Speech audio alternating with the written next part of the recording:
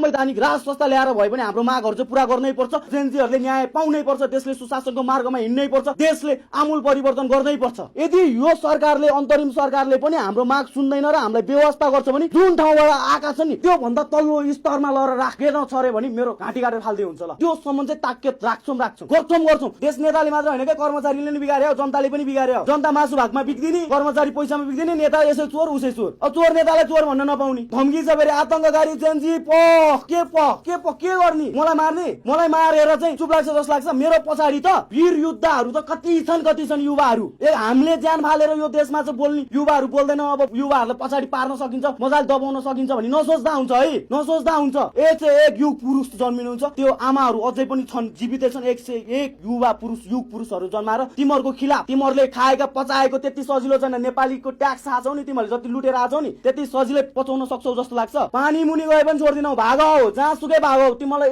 एक ठाउँ विश्व पृथ्वीको कुन चाहिँ कुनामा हुन्छ खोजेर ल्याएर जब युवा जाग्छ नि तिमीहरूको कसैको केही लाग्दैन। भ्रष्टाचारको आवाज उठाउँदा आतंककारी हुने भए उनीहरू भ्रष्टाचार गर्ने चाहिँ के कार्य त? उनीहरू चाहिँ सम्मानकारी गर्न पर्ने, हामीले राम्रो भन्दिन पर्ने। किन डराउनु? हिजै मारेका होइन यिनीहरूले हामीलाई, के हुन्छ मर्न खोजेर? किन डराउनु? देशको लागि शहीद हुन पर्यो भइदिउँला नि, डराउनु पर्दैन। सुशासनको मार्गमा हिँड्दाखेरि सुशासन चाहियो, भ्रष्टाचारको अन्त्य गर भन्दाखेरि चाहिँ कसैले आएर मार्छन् भने ठिक छ, हामी त मरिसकेका हौं। हामीलाई त 23 गते नै मृतक घोषणा हामीले गरिसकेका छौं। किनकि जुन दिन हाम्रो न्याय मर्दै जान्छ नि तब हामी बाँच्नुको कुनै अर्थ छैन। जबसम्म नेपालीको स्वाभिमान लुटिँदै जान्छ, जब स्वाभिमान नेपालीको नामबाट हट्दै जान्छ, जब हाम्रो नेपालमा विदेशी हस्तक्षेप, राजनीतिक हस्तक्षेप हुन्छ, विदेशीको आँखाहरू गाडिँदै जान्छ, तब नेपाली हुने भयो छु हो म भनेर गर्व गर्नुको कुनै औचित्य चाहिँ मलाई लाग्दैन। हामी त नेपाल यस्तो बनाउन खोज्दैछौँ कि अमेरिकामा बसेर ग्रीन कार्ड लिनेहरूलाई आइज नेपाल। अब नेपाल सुशासनको मार्गमा हिँडिसकेको छ, जेनजी पुस्ताहरूले सुशासन ल्याइसकेको छ, नेपाल अब बनिसकेको छ। नेपाललाई के गर्न सक्नुपर्छ? आमूल परिवर्तन गर्नलाई युवाहरू जाग्नै पर्छ। त्यसको लागि लड्न तयार छ। तपाईँहरू आउनु, साथ दिनुस्। तपाईँहरूले गोली खानु पर्दैन। अब